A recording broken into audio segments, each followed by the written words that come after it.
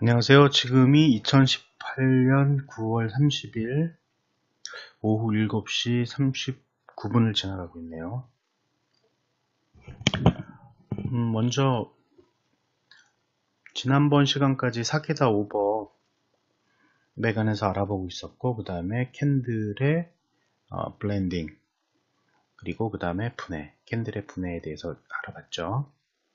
예, 오늘은 그 나머지 사케다 오버의 나머지 이제 그 방법들을 좀 알아보고요. 이를 어떻게 하면은 적절하게 활용할 수 있을까에 대해서 한번 알아보겠습니다. 지금 요 사진에서 보이는 그림이요. 이게 이제 그 델포이 신전의 그 여사제 피티아를 그려놓은 그림입니다. 그래서 여기 보시면은 델포이 신전은 그리스 로마 신화에서 나오는 아폴론의 신전이죠. 네, 그래서 아폴론이 가이아의 자식 이, 어, 파이턴이라고 이제 뱀이죠, 그렇죠? 아주 여기 그림에서 보시면은 뱀의 모습이 보이지 않습니까? 이렇게. 예, 그래서 파이톤을 죽이고 그다음에 그 자리에 세운 이제 신전을 델포이 신전이라고 부릅니다. 그래서 여기에는 사제가 살고 있었는데 여사제들이 신탁을 받아서 인간들에게 미래에 이제 신의 계시죠. 미래에 대한 그 예측, 미래에 대한 사실들을 갖다가 신탁을 통해서 인간들에게 제공하는 역할을 했었죠. 그래서 이 얘기를 왜 하냐면요, 이제 인간은 사실 미래를 예측하고 싶어하는 존재입니다. 왜 그러냐면은 사실은 이제 그 현재 지금 우리가 살고 있는 3차원 공간이라고 하는 게 그 굉장히 그 제한적인 공간이죠.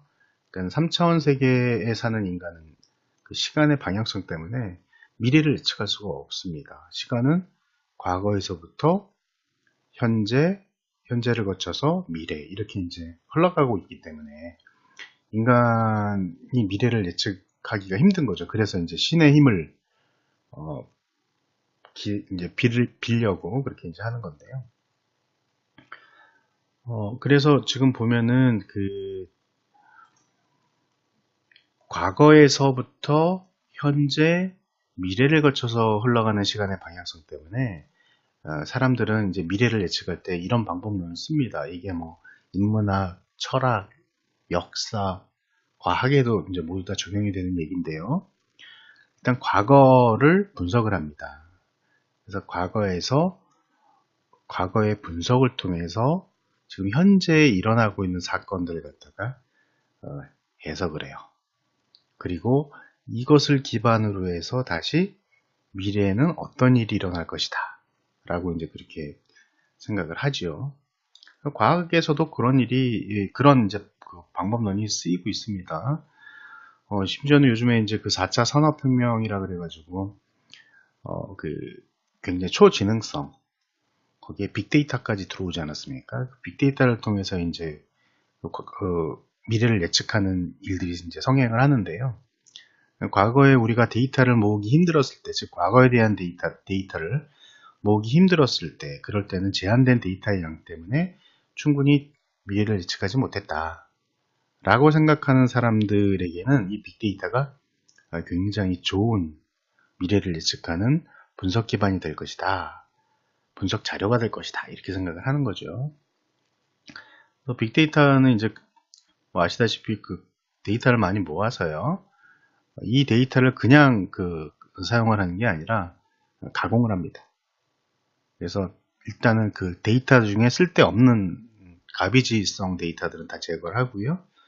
그래서 쓸만한 데이터들을 다 가공을 하고 또는 뽑아내고 해서 이 데이터들의 패턴을 분석을 하죠. 그리고 이제 이 패턴을 기반으로 해서 미래를 예측을 합니다. 그러면은 문제가 뭐냐면은 우리가 지금 어떤 일을 하고 있냐면은 과거의 그 데이터를 통해서 미래를 예측하겠다고 하는 이제 그런 방법론을 쓰고 있는 거예요. 그런데 데이터는 사실 전부 다 과거 아닙니까? 그쵸? 즉, 이 추론이, 이 방법론이 성립을 하려면은 어떤 일이 일어나야 되냐면요. 과거가 재현이 돼야 된다라고 하는 그런 가정이 성립이 되어야 됩니다. 그래서, 보통은 이제 패턴을 많이 찾죠. 주식에서도 마찬가지입니다. 과거의 패턴을 찾아서 분석을 하고, 그런 다음에 이러한 패턴이 현재 일어나고 있는 게 과거의 어떤 패턴과 비슷한가를 비교 분석한 다음에 그래서 미래에 어떤 일이 일어날 것이다. 이런 일을 주로 하고 있지요. 그래서 대부분의 지금 주식을 분석하시는 분들이, 기술적 분석을 통해서 분석하시는 분들이 이제 그런 일을 많이 하는 겁니다. 자, 그러면은 이제 퀘스천이 하나 생깁니다. 예를 들어서 이런 카오스계라면 어떨까? 카오스계는 초기 조건에 따라서 결과가 굉장히 심하게, 초기 조건이 조금만 바뀌어도 결과가 완전히 바뀌는 그런 복잡한 계거든요. 이런 복잡한 계에도 과연 그 앞서 말했던 그런 그 분석적 방법론이 통할까에 대한 의심을 하지 않을 수가 없죠. 그렇죠? 예, 그래서 근데 이제 우리 인간들이 사는 그 계라는 것이 사회에도 역시 카오스계입니다. 우리가 카오스계의 특징은 뭐냐면요. 예측이 불가능하기 때문에 경험이 많은 사람들이 또는 그 경험이 많은 사람들의 말이 우대를 받는 그런 곳입니다. 그러니까 과학적으로 증명할 수가 없기 때문에 그래요. 그래서 주식시장도 그렇죠. 주식시장도 주식을 오래 해본 사람들, 그래서 조금 성공을 해본 사람들의 말이 굉장히 우대를 받습니다. 그들의 말에 대한 과학적 검증을 할 수가 없음에도 불구하고 그런 게 이제 그런 것들이 많죠. 뭐 카오스계 주식시장도 이제 그 랜덤워크라고 부르지 않습니까? 주가는 카오스계에 해당이 된다면 날씨도 마찬가지입니다. 날씨도 굉장히 많이 틀리지 않습니까? 슈퍼컴도 틀리는데 잘 맞추시는 분들은 이제 우리 할아버지 할머니들, 아이고 오늘 다리가 쑤셔 내일 비 올래나 봐, 그럼 비 오지 않습니까? 그렇죠? 물론 100% 비 오지는 않습니다만, 그래서 그 오랜 경험을 통해서 이제 내일 날씨가 어떨다, 뭐 이런 것들 아시는 거 아닙니까? 그죠? 그런 분들이 우대를 받는 곳이 이제 카오스계입니다.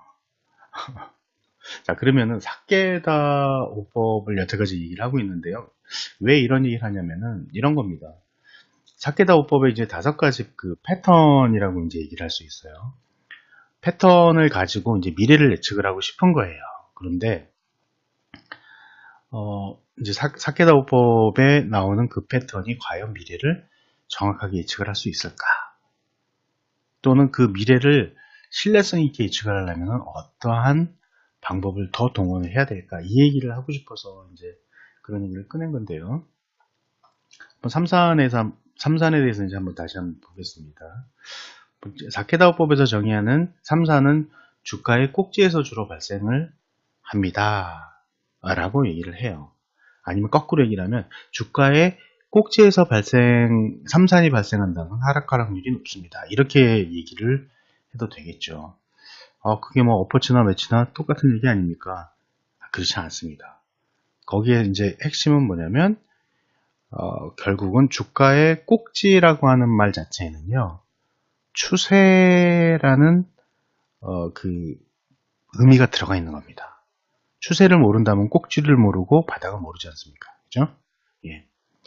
그래서 만약에 주가의 꼭지에서 이런 3산 형태가 나온다면 그러면은 그것은 추세 꼭지, 그 꼭대기 부분이죠. 그러면 이건 꼭지가 될 확률이 높습니다. 이제 이렇게 말씀을 드리는 거예요. 즉, 이 사케다오법을 잘 사용을 하려면 추세를 알아야 된다는 얘기와 다름이 아닙니다.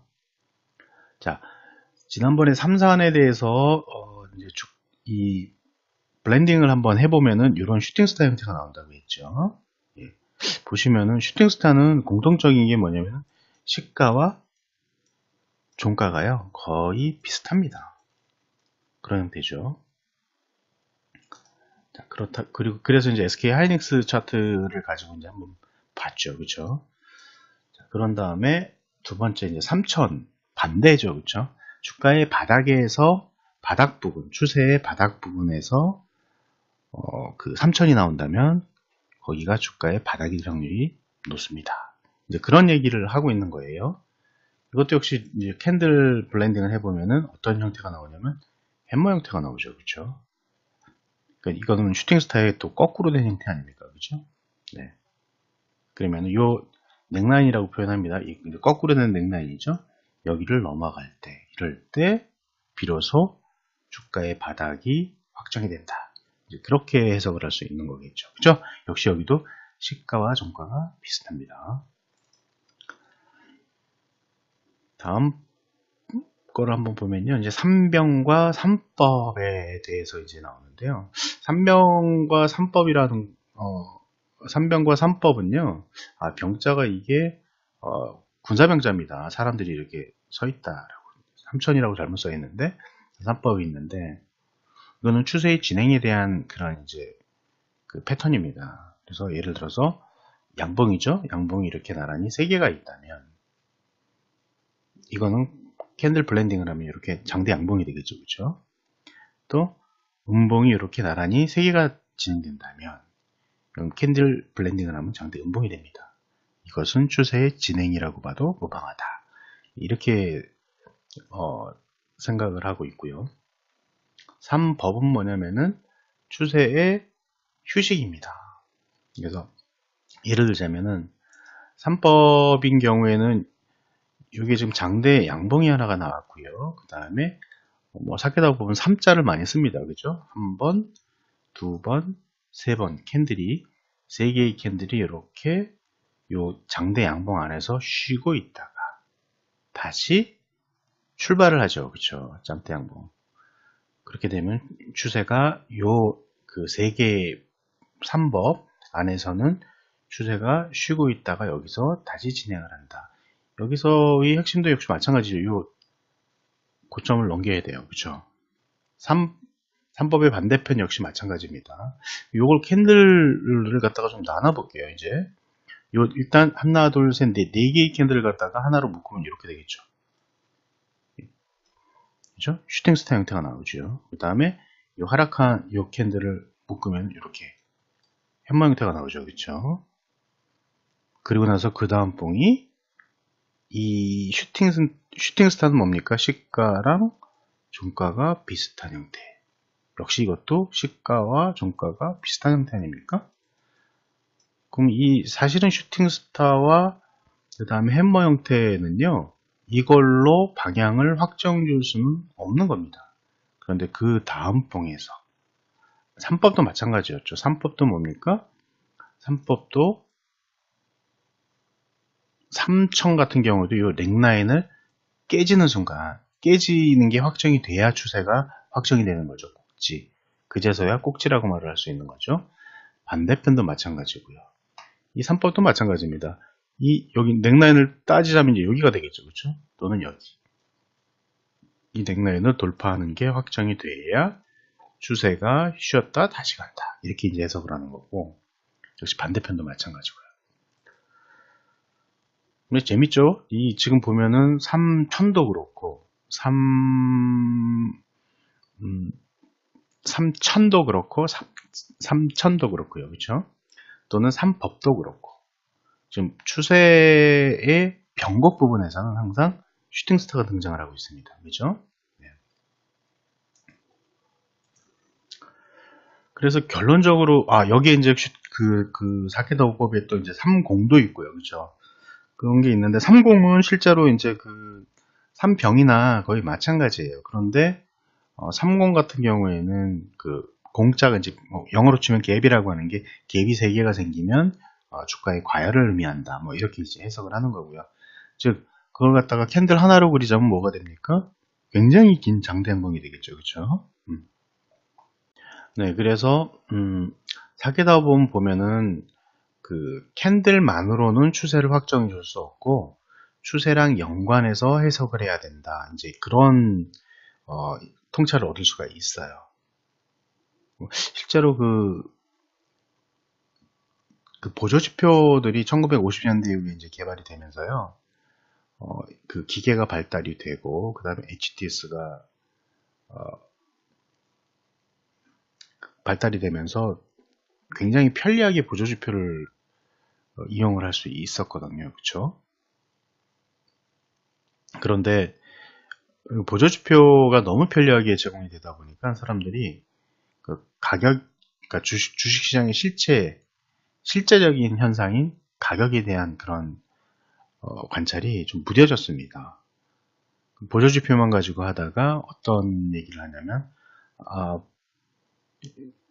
가격을 도외시하는 거죠. 그러다 보니까 보조지표만 가지고 매매하다 보면 이제 주식 투자에 실패를 많이 합니다. 왜 그러냐면 보조지표 자체가 후행성이거든요. 가격이 가장 리얼한 현실 데이터고요. 그 현실 데이터를 기반으로 작성한 것이 보조지표이기 때문에 테크니컬 인디케이터가 그러죠. 테크니컬 인디케이터이기 때문에 후행성일 수밖에 없습니다. 그러니까 현실에서 일어나고 있는 일을 분석을 해야 미래를 예측을 할 수 있는데 실제로 현실에서 일어나고 있는 일을 과거 데이터로 돌려가지고 오히려 미래를 예측하고자 하는 어떻게 보면 좀 역행하는 일을 하고 있죠. 그죠? 근데 이제 이 사케다법은 그 가격만을 다루고 있는 것이거든요. 그래서 지금 요즘에 그 최근에 한 4, 5년? 요 사이에 지금 이제 유튜브나 아니면은 그 외국 사이트를 좀 뒤져보면요. 프라이스 액션이라고 하는 그런 프라이스 액션 스트래티지라고 하는 그런 이제 매매법이 유행을 좀 하고 있습니다. 이거는 뭐냐면은 그 지표를 안 쓰는 거예요. 테크니컬 인디케이터라는 것이 이 후행성이라는 그런 단점들이 있거든요. 그래서 아예 그걸 쓰지 않는 겁니다. 그러니까 후행성을 극복하고자 하는 하나의 노력일 수가 있고요. 그리고 여기에 무엇을 쓰냐면은 그 프라이스 액션, 그러니까 가격의 움직임 있지 않습니까? 그 가격의 움직임 그리고 트렌드. 그러니까 이제 추세 있죠. 그래서 딱 두 가지만 사용을 하는 겁니다. 이거는 마치 1900년대 초에 찰스 다우나 아니면은 17세기의 그 혼마 문해이사 그쪽 시대로 돌아가는 현상인 거예요. 보조지표를 다 버리고 추세와 가격의 움직임만 보겠다 라고 하는 그런 매매법입니다. 사실 그때 그 기술적 분석의 가장 핵심적인 목적이 뭐냐면요. 추세를 파악하는 겁니다. 근데 그 추세를 파악하는데 그 추세를 파악하더라도 추세의 초입을 파악하는 게 중요하거든요. 그래야 수익을 낼 수 있기 때문에. 근데 그 추세의 초입은 어디에서 시작되냐면은 변곡이라고 하는 부분에서 시작이 되는 겁니다. 변곡이라고 하는 부분에서 시작이 되는데 그 변곡의 특징들을 프라이스 액션을 가지고 가격의 움직임을 가지고 그래서 이제 많이 사용하는 것들이 외국 그 사이트에서도 보시면은 뭐 이렇게 캔들 패턴 같은 걸 많이 사용을 합니다. 그거를 이용해서 어떻게 추세를 초입에 파악할 수 있는가라고 하는 그런 이제 매매법을 많이 사용을 합니다. 그래서 그러려면 이제 이 프라이스 액션 스트래티지를 알려면은 알아야 될 게 뭡니까? 첫 번째는 트렌드, 추세가 무엇이냐. 그러면 트렌드를 보면 이제 트렌드를 파악할 때 트렌드 라인이라는 게 있고요. 트렌드 라인이랑 그 다음에 서포팅 라인과 레지스턴스 라인이라는 게 있어요. 지지선과 저항선 그리고 추세선. 그래서 이 추세에 대한 그 이제 그 인디케이터죠. 그러니까 이거는 그렇죠. 이것도 그리자면은 지표가 되는 건데 그래도 가격에서부터 현실적으로 나온 가장 현실에 근접한 후행성이 없는 지표이기 때문에 요것을 갖다가 이제 알아야 될 거고요. 또 하나는 뭐냐면은 여태까지 이제 저희가 캔들의 그 블렌딩이라든지 또는 캔들의 분해라든지 하는 것들에 대한 그 원리를 좀 공부를 했잖아요. 그렇죠? 그래서 그 부분을 잘 이제 조합을 하면은 이 프라이스 액션 스트래티지를 잘 사용을 할 수 있겠죠. 다음 시간엔 그런 부분에 대해서 한번 얘기를 해보려고 합니다. 예, 그래서 제일 먼저 필요한 추세란, 그러니까 추세의 추세선 또는 지지선, 저항선을 어떻게 그리느냐 하는 부분들을 좀 한번 다뤄볼까 합니다. 네, 수고하셨습니다.